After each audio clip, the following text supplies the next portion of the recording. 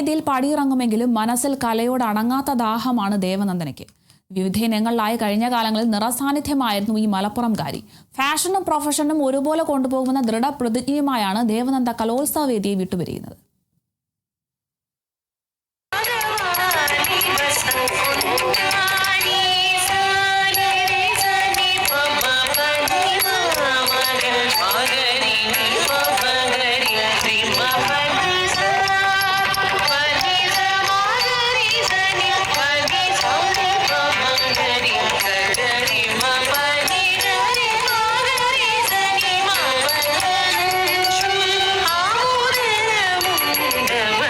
നമ്മളോടൊപ്പം ചേരുന്നത് കുട്ടിമണിയാണ്. കുട്ടിമണിയാണോ? ദേവനന്ദയാണ്. മലപ്പുറത്തു നിന്നാണ്. കഴിഞ്ഞ 4 തവണയും കലോത്സവത്തിൽ പങ്കെടുത്തിരുന്നു. 4 തവണ ഒരു പ്രത്യേകത ഉണ്ട്. എന്തായിരുന്നു? 4 തവണ എ ഗ്രേഡ് കിട്ടിയിട്ടുണ്ട്. എ ഗ്രേഡ് കിട്ടിയിട്ടുണ്ട്. ഏതൊക്കെ ഐറ്റങ്ങളിലാണ് പങ്കെടുത്തത്? 2 പ്രാവശ്യം ഇപ്പോൾ ഭരതനാട്യം, കേരള മാർഗം കളി. ഞാൻ നിങ്ങളുടെ മുമ്പിൽ ഒരു ഓപ്ഷൻ വെക്കുകയാണ്. ഈ ജീവിതത്തിലെ ഏറ്റവും ഇഷ്ടപ്പെട്ട 2 കാര്യങ്ങൾ. 2 കാര്യങ്ങളോ? ഒന്ന് പാട്ട് കേൾക്കാൻ ഇഷ്ടമാണ്, അതേപോലെ നൃത്തം ചെയ്യാൻ ഇഷ്ടമാണ്. ഇതിൽ പാട്ട് കേൾക്കാനാണോ നൃത്തം ചെയ്യാനാണോ ഏറ്റവും കൂടുതൽ താല്പര്യം?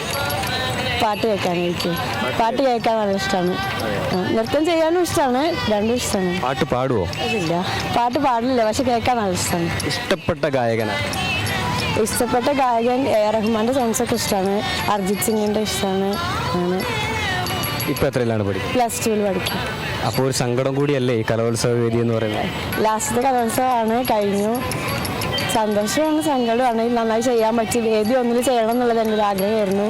ഇപ്പോൾ 4 വർഷം വന്നപ്പോൾ അത് ഇപ്രാവശ്യം സാധിച്ചു. അതിലൊരുപാട് സന്തോഷമുണ്ട്. നന്നായി ചെയ്തു. എന്ത് കരിയറാണ് തിരഞ്ഞെടുക്കാൻ ആഗ്രഹിക്കുന്നത്? ഞാനിനി CA പോകാനാണ് ഉദ്ദേശിക്കുന്നത്. ഇത് കഴിഞ്ഞിട്ട് എല്ലാവിധ പിന്തുണകളും നൽകുന്നത് ആരാണ്? പിന്തുണ നൽകുന്നത് ഡാൻസ് എന്ന് പറയുമ്പോൾ ടീച്ചർ നല്ലൊരു പിന്തുണ ഞാൻ തരുന്നില്ല. എല്ലാ ദിവസവും നല്ല രീതിക്ക് ക്ലാസ് ഉണ്ടാവും. അവിടെ നല്ലോണം സപ്പോർട്ട് ചെയ്യും. ഇപ്പോൾ ഞാനിപ്പോൾ അവിടെ ബാക്ക് സ്റ്റേജിൽ കയറാൻ വേണ്ടിയിരിക്കുമ്പോൾ എൻ്റെ തൊട്ട് കുട്ടിയുടെ കഴിയുന്ന വരെ ഉണ്ട്. അപ്പോൾ അവിടെ നിന്നിട്ടാണ് ടീച്ചർ പോയത്. വേറെ എല്ലാവരും പോയാലും ടീച്ചർ അത് കഴിഞ്ഞിട്ട് ഓക്കെ അല്ലേ നമുക്ക് ചോദിച്ച് ചിരിച്ചിട്ടാണ് ടീച്ചർ പോകുള്ളൂ. അത്രയും സപ്പോർട്ട് ചെയ്യുന്ന ടീച്ചറാണ്. അതേപോലെ തന്നെ ടീച്ചറെ ഉപ്പയും എൻ്റെ പാരൻസ് അച്ഛനും അമ്മയും എല്ലാവരും നല്ല സപ്പോർട്ട് തന്നെയാണ്. അതെ, ഈ കലോത്സവ വേദികൾ ഇനി എന്താണെങ്കിലും ദേവനന്ദയ്ക്ക് ഒരു ഗൃഹാതുരത്വം ഉയർത്തുന്ന ഓർമ്മകൾ തന്നെയായിരിക്കും. എന്നിരുന്നാൽ പോലും മുന്നോട്ടുള്ള ജീവിതത്തിലും കലയെ മുറുകെ പിടിക്കാനുള്ള നിശ്ചയദാർഢ്യം ഈ പെൺകുട്ടിയുടെ മനസ്സിലുണ്ട്. അത് കലാലോകത്തിന് നൽകുന്ന വലിയ സംഭാവനകളിലേക്ക് മാറട്ടെ എന്ന് ആശംസിക്കുന്നു.